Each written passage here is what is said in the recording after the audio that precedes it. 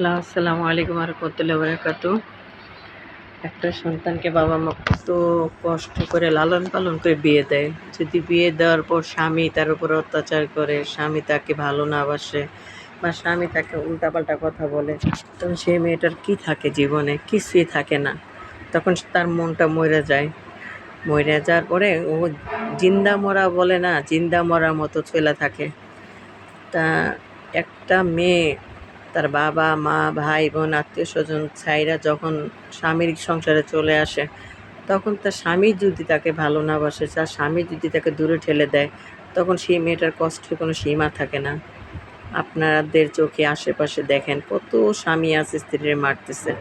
এমনকি কত স্ত্রী আছে স্বামীকে মারতেছে, ধরতেছে, মেরে ফেলতেছে পরকীয়ার কারণে। কিন্তু এই পরকীয়াটা কেন? এই পরকীয়াটা কিসের জন্য? পুরুষ তো পুরুষই হয়।